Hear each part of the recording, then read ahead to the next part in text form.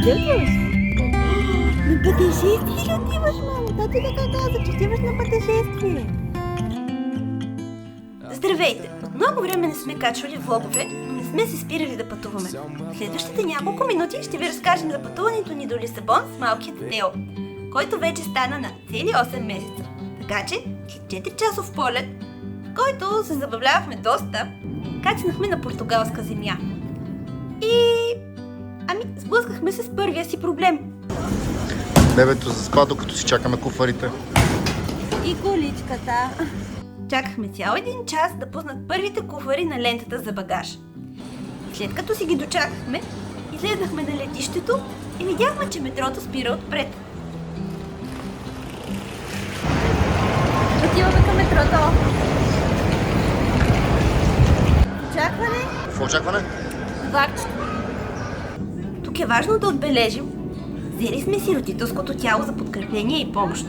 Наели сме си апартамент в лисабонския квартал Грача, който се оказа, за жалост, на най-високият хълм, да се наложи да се пораздвижим още в самото начало. Звечерява се, а ние намираме апартамента, който сме наели. Почваме първия си ден в Лисабон. Ами да тръгваме по тези хубави хълмове. Добре, че взехме малката количка. Напълно сме подготвени. Храната. Идеалството, бебе.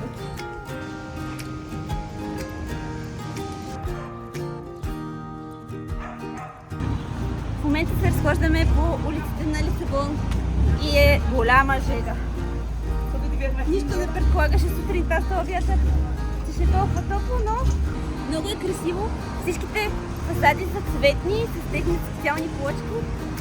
А пък тротуарите, всичките са с ето тези малки камъчета. И е истинско предизвикателство за хората с куфари. Планът ни за деня е да посетим забележителностите в централната част на града. Хващаме метрото посока Кайс де Содре, а отвън на брега сме приятно изненадани от заведенията и атмосферата на мястото, в което попадаме. 25 април мостът и копия на статуята на Исус, вдъхновена от тази в Рио де Жанейро. След това се насочваме към площада на търговията. Да свършим малко полезна работа и да ви разкажем малко за една от забележителностите тук в Лисабон. Площадът на търговията. Това е най-големият площад тук. И преди голямото земетресение, което е имало, тук е имало голям замък. След разрушенията, които са били много опустошителни, построяват ето тази огромна триумфална арка, чест на това как са възстановили самия град. И едно емблематично място, което всеки един турист, който дойде, задължително посещава. Станало е вече време за обяд. И встрани намираме заведение, в което хапваме типичната францезиня и риба бакалао.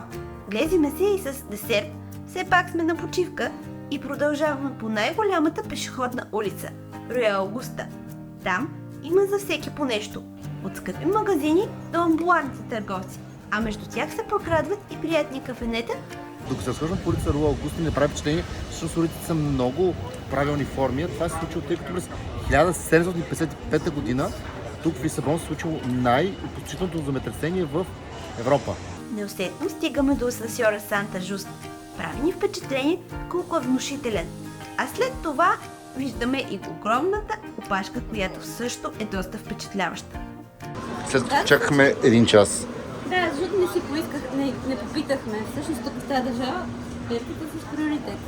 Качихме се и догоре на асансьора Санта Жуст, който е построен от португалският архитект Раул Понсар, който всъщност е бил ученик на Густав Айфел и е построил този красив асансьор, който за разлика от Айфелата кула, която има само функцията да краси Париж, това оплюва на страшно много до ден, и ще всъщност се оплюват французите. Тук в Португалия, всъщност в Лисабон, този асансьор има и практична функция, така че местните хора си го обожават още от самото начало, тъй като свързва един квартал с друг квартал. Продължаваме разглеждането на Байша. Прави ни впечатление един много цветен магазин, в който продават сардини. Тук те са на почет. До него пък е друга забележителност. Въжената железница Глория, с която може да стигнете до друг квартал от града – Барио Алто. Ходенето днес малко не се видя, ни дойде в повече, така че Пък и малки вече се умори да седи в количката. ще го дадем, ще се разходим още малко, ще пазаруваме малко и ще оставим част от другите забележителности за някои от другите дни, които сме тук. И така, уморени, се насочваме към спирката на трамвай 28, който ще ни отведе до нашата квартира, където ще се отдадем на заслужена почивка. Започваме и втория ни ден в Лисабон, като ще мръднем малко извън града и ще отидем до едно местенце на име Синтра, където има доста забележителности. За жал ще имаме само възможността да посетим две от тях, от които едното е замъка Пена. За да стигнем до Синтра, ще ползваме влак. Отново с трамвай 28 се отправяме към гара Росио. Поради ранния час успяваме лесно да си намерим място и да се насладим на пътуването и с тесните улици с него. Слизаме и след няколко минути ходене сме през красивата гара Росио, откъдето тръгва влака. Влаковете до Синтра са на всеки кръгъл час. Слизаме от него и се опътваме към автобус 434. Тук общината се е погрижила и е осигурила два автобуса, които обикалят всички забележителности в района. Първият замък, който сме набелязали, е Пена. От входа до замъка има около 20-30 минутки пешеходно разстояние и с красива горска местност. Не пропускайте тази разходка и си спестете 5 евро за пушчето, което ще ви закара до входа. Природата е наистина много красива там и без еталон в света. И така, с запазен час за влизане и купени предварително билети, вървим към входа на замък. И тук хората с деца до 2 години предреждат опашката, която и без това е огромна. Влизаме в замъка и започваме разглеждането. Замъкът Пена безспорно е най-популярната забележителност. Не само в Синтра, но може би и в цяла Португалия. Той е интересна смесица от цветове и стилове, която те кара да се размечтаеш. Заедно с градините около замъка, които са в романтичен стил, за няколко часа можеш да се почувстваш като в приказките. Замъка в Пена беше много интересен. Най-вече навсякъде по стените имаше най-различни плочки и целият беше цветен и доста впечатляващ. Така че наистина се заслужава да се види. Друго си е да те друскат по паветата. Тръгваме надолу към спирката на автобуса и се насочваме към втората забележителност за деня – Кинта де Рагалейра. Екстравагантно готическо имение от 19 век с огромни красиви градини, обвити в символи и мистери. Имението се свързва с истории и скрити символи, свързани с масоните и един английски милионер, който го превръща в това, което е в днешно време. Тук се намира може би втората най-популярна забележителност в Португалия – кладенеца във форма на обърната кула с компас в края.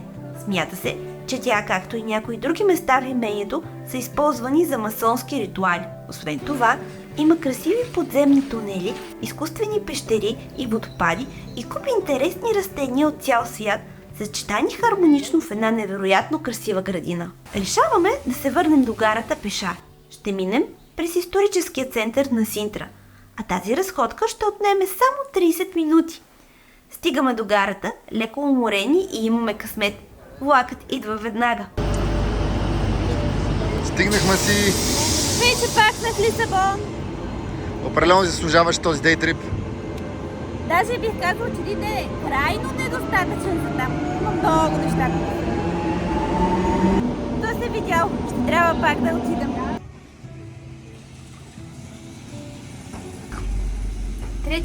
Трети ден от престоя ни в Лисабон.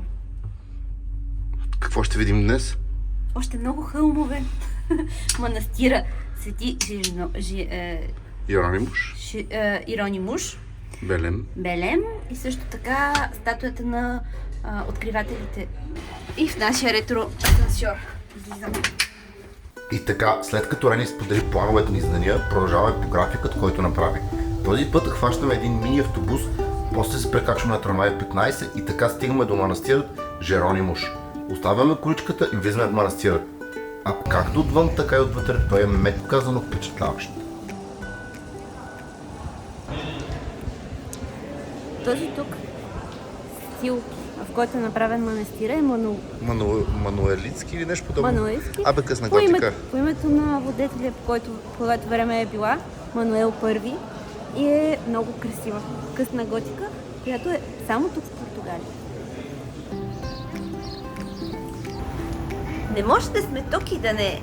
Белен се намира и най-сладкарницата, от която е започнало да се произвежда измислен сладкиша пастел дената. Един от най-популярните сладкиши тук в Португалия. Който най-много ни хареса до сега? И който най-много ни хареса до сега. И отиваме да го пробваме от сърцето.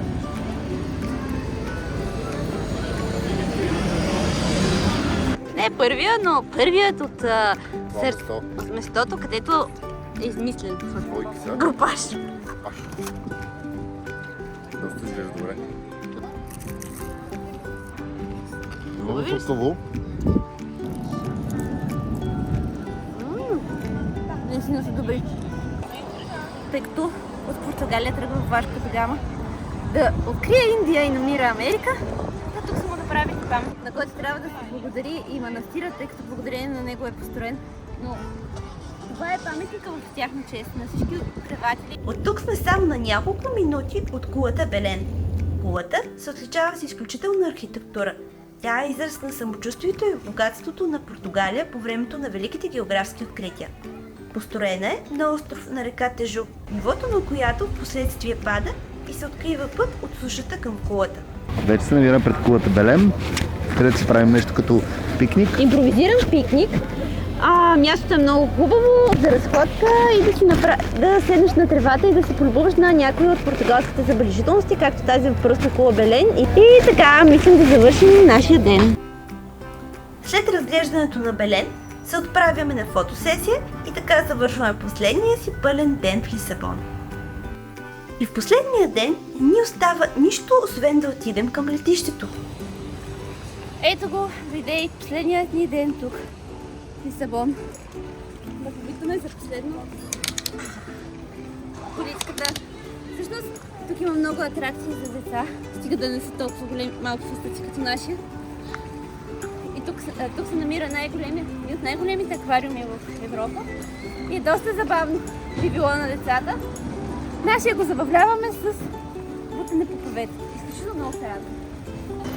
Не знам, ама в интерес на истината, първият ден беше наистина много впечатляващи момент, в който трябваше да качваме всички тези стълби с малки с куфарите. Да, с другата книжка със сигурност щях да плача. А най-интересното е, че има трамвай точно там, където следнахме Мартин Муис, до тук върви точно този трамвай 28. Всичко това може да си го спестим. Да, а след това разбрахме добрата новина, след като 28 е доста. Разбрахме добрата новина, че 28 е супер, знаехме де, че 28 е супер туристически трамвай. Съответно всички искат да се возят на него, защото минава през всички забележителности тук в Лисабон. А видяхте колко е малък. Следователно километрични опашки, а единственото средство, с което можем да стигнем, освен с краката си, до квартирата, но се оказа, че има и автобус. Който не работи през половината дни. Да. И тук си има гледка към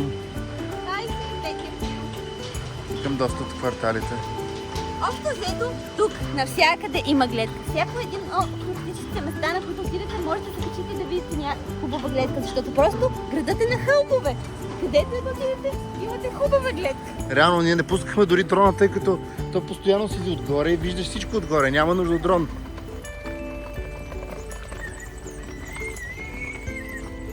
Малко. И радостта му. Ако идвате с малко дете, задължително си вземете раница, кенгуру. И малко количка. Надяваме се нашето преживяване да ви е заинтригувало и някой ден и вие да посетите тази колоритна и чаровна държава. Ако видеото ви е харесало, напишете ни някой коментар и не забравяйте да го лайкнете и да се абонирате за канала. До нови срещи!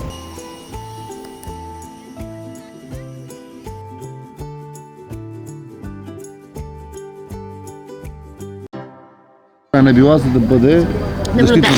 Не е наблюдател. Фар. Чакай, имаш нужда от помощ? Тя Рени в момента се тества. Ще да го взема?